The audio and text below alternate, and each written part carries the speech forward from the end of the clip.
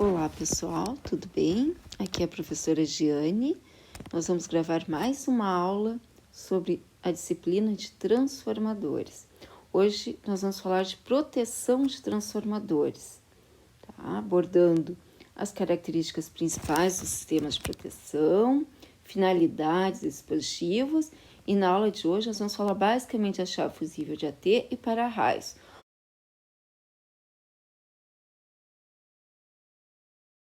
Focando um pouco mais na proteção dos transformadores de distribuição. Bom, então, inicialmente, vamos definir esses dispositivos de proteção. Então, o dispositivo de proteção é um conjunto de aparelhos que tem por finalidade atender os seguintes requisitos: ser sensível a um defeito, tá? E também suprimir o mais rápido possível os defeitos da perturbação sobre a instalação, seja pela supressão direta do defeito ou pela isolação da parte acidentada em uma instalação. Aqui a gente tem a ilustração de um transformador de distribuição, que nós comentamos que a proteção que nós vamos estudar hoje, chaves fusíveis de AT, para-raios, é muito utilizada. É basicamente a proteção que se utiliza em transformadores de distribuição a partir de seus elementos. Na próxima aula, a gente vai falar um pouquinho também sobre relés de proteção. Bom, em relação às características de um sistema de proteção, temos o seguinte: os nossos dispositivos de proteção devem atender a essas 4 características. Então, a primeira delas é a sensibilidade. O que é sensibilidade? É a capacidade que deve ter um dispositivo de atuar a partir de pequenos defeitos ou defeitos iniciais. Que exemplo a gente pode dar aqui? Pode dar o exemplo do relé de gás, tá? Bom, rapidez é outra característica. O que define essa característica? O que define a característica rapidez é que o dispositivo deve atuar diante de um defeito a tempo de evitar consequências danosas. E um exemplo de uso dessa característica no dispositivo, onde essa característica se destaca, é o relé diferencial. Uma outra característica também importante é o dispositivo ter precisão. O que é precisão? Podemos definir precisão como sendo a característica que deve ter o equipamento de atuar no ponto ou faixa de referência nominal do dispositivo. Por exemplo, os elos fusíveis de AT têm uma faixa de atuação. E uma última característica aqui que a gente tem que destacar é a seletividade ou coordenação, tá? Que é a característica que deve atuar o dispositivo de proteção mais próximo do defeito. Tá? Então, seletividade ou coordenação é a questão de nós termos dispositivos onde aquele que está mais próximo do defeito atue antes. Exemplos próprios de juntores termomagnéticos. Bom, uma outra questão é classificar esses dispositivos de proteção. Esses dispositivos de proteção são classificados como aparelhos estáticos, que são aqueles que não possuem partes móveis. Como exemplos aqui, a gente pode citar o cabo de cobertura, aterramento do neutro, para-raios. Esses, em geral, são dispositivos que protegem contra sobretensões e não possuem ação direta sobre aparelhos de desligamento. Já os aparelhos dinâmicos são aqueles que possuem partes móveis. Normalmente são destinados a interromperem a corrente em circuitos elétricos com defeito. Exemplos de juntores que são acionados por relés, chave fusível de AT, ok? Então, esses são os exemplos. E quais são as finalidades desses nossos dispositivos? Então, esses dispositivos têm por finalidade isolar o transformador. Aqui, então, primeiro, isolar o transformador do sistema na ocorrência de um defeito no transformador. Então, aqui está o nosso equipamento, por exemplo.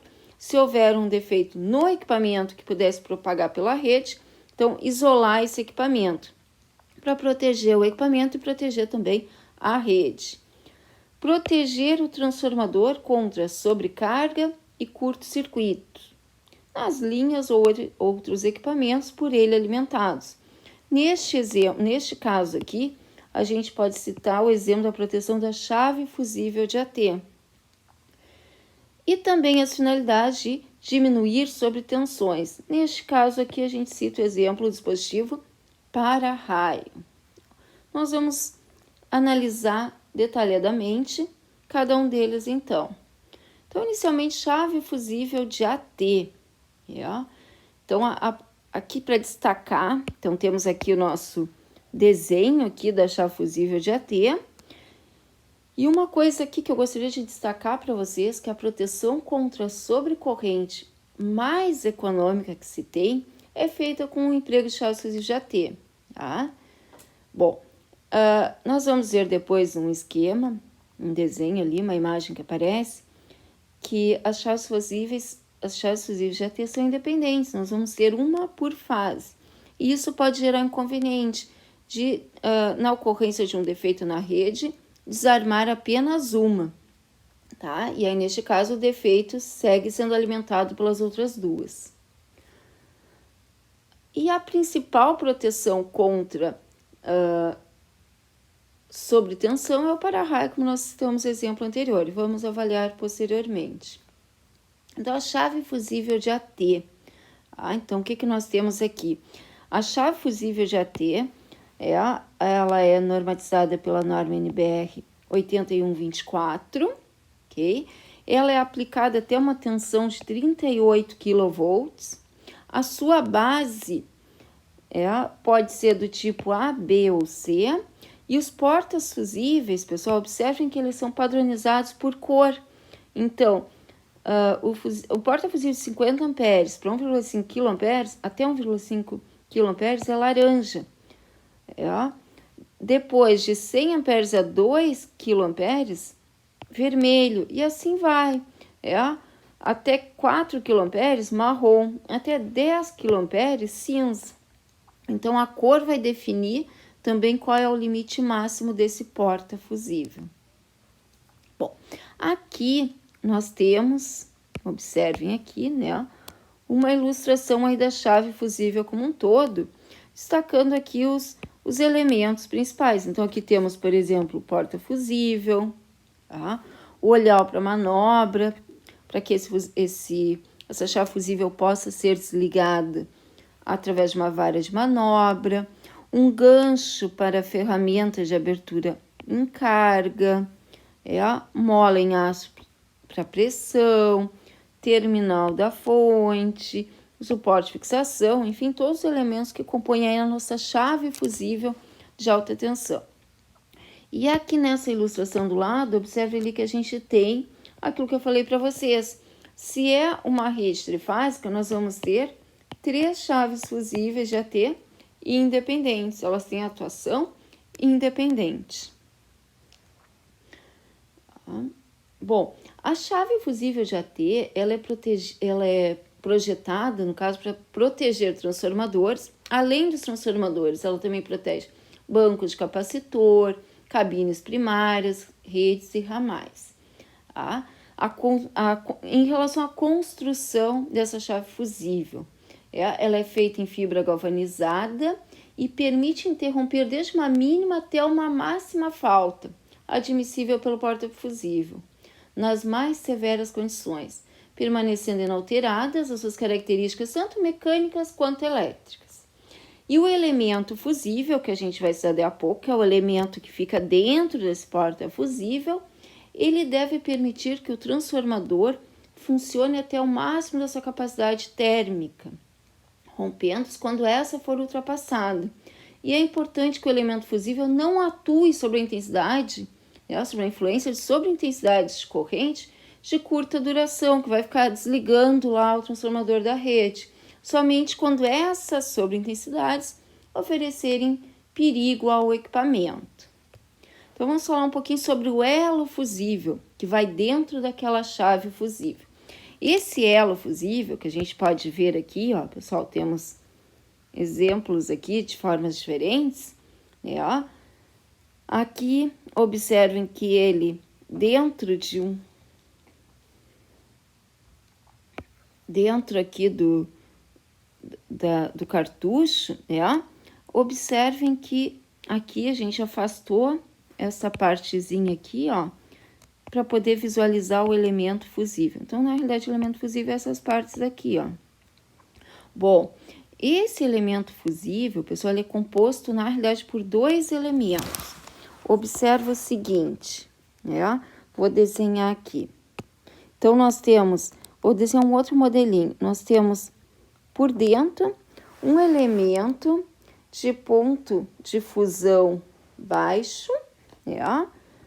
Desculpe, um elemento de ponto de fusão alto, e sobre este um outro elemento com uma área maior aqui, com ponto de fusão baixo, ok? Aqui tá a nossa cabeça do coisa, e aqui tá aquela cordalha lá, que segue conforme tá aqui no desenho. Então, o que que nós temos aqui?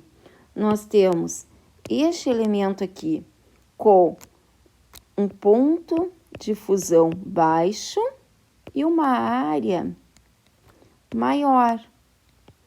E internamente aqui, ó, nós temos esse outro elemento aqui que eu marquei em laranja, que ele tem um ponto de fusão elevado, só que ele já tem uma seção transversal bem fininha, já tem uma área bem menor, tá? Então, todo elemento fusível é composto de dois elementos, que pode ser nesse modelo que eu desenhei aqui, ok? Ou pode ser nesse desenho que estamos visualizando aqui na ilustração.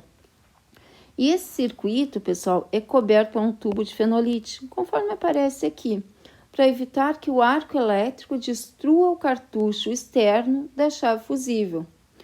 Num extremo tem seu cabeçote, a gente consegue ver o cabeçote aqui, ó, e no outro, então, temos aqui, ó, a cordalha, que é esse elemento aqui, que dá ao conjunto um comprimento aproximado de 50 centímetros.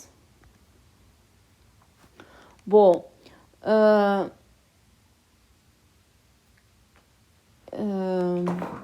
esses são os detalhes, então, em relação à chave fusível. E agora vamos falar um pouquinho, então, do para-raio, que é a principal função do para-raio, é a proteção dos transformadores contra surtos de tensões ou descargas atmosféricas, que é bem comum nas redes. Aqui temos a imagem do para-raio, como a gente vê ele externamente, e depois eu tenho aí imagens que a gente vai poder ver como é que ele é composto internamente. Um detalhe importante em relação ao para-raio é que ele deve manter um isolamento adequado à tensão nominal da rede, e permitir, no caso de sobretensões, a formação de arco elétrico para que se efetue a descarga dessa sobretensão à terra, que depois eu vou explicar melhor como isso acontece.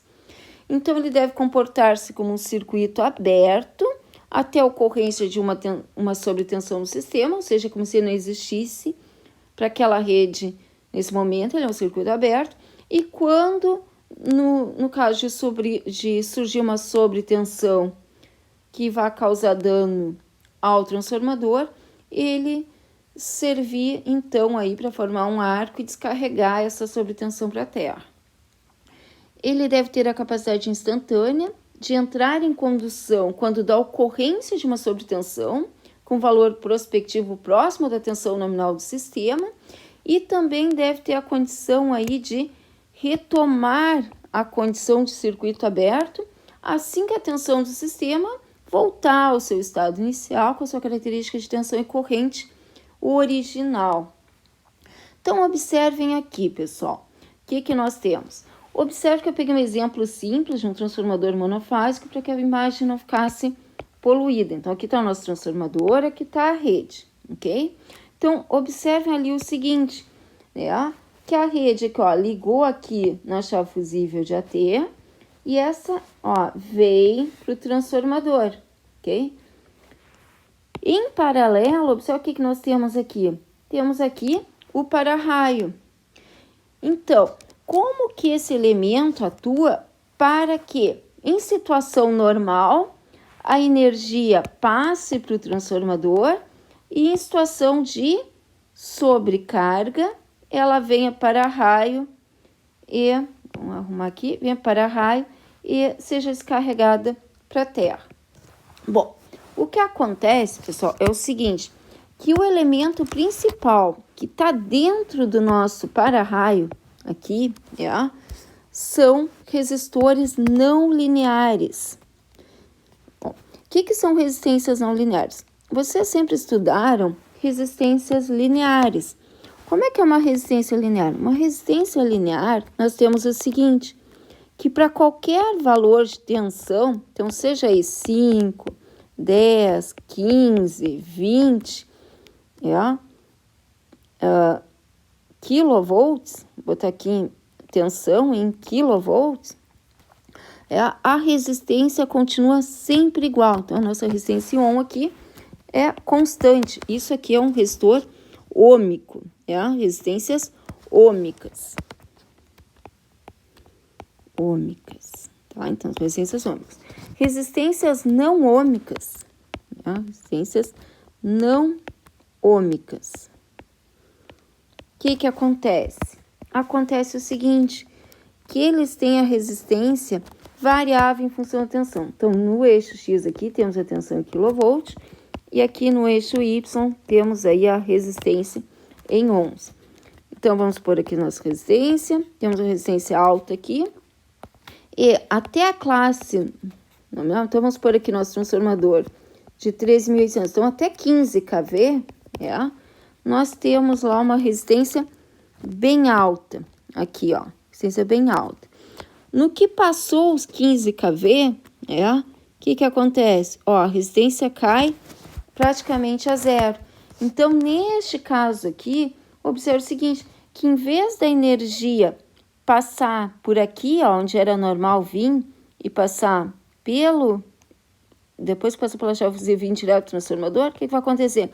Vai passar pelo para-raio, que vai ser o caminho de menor resistência, e vai vir aqui, vai descer pelo aterramento, e vai descarregar, então, para a Terra.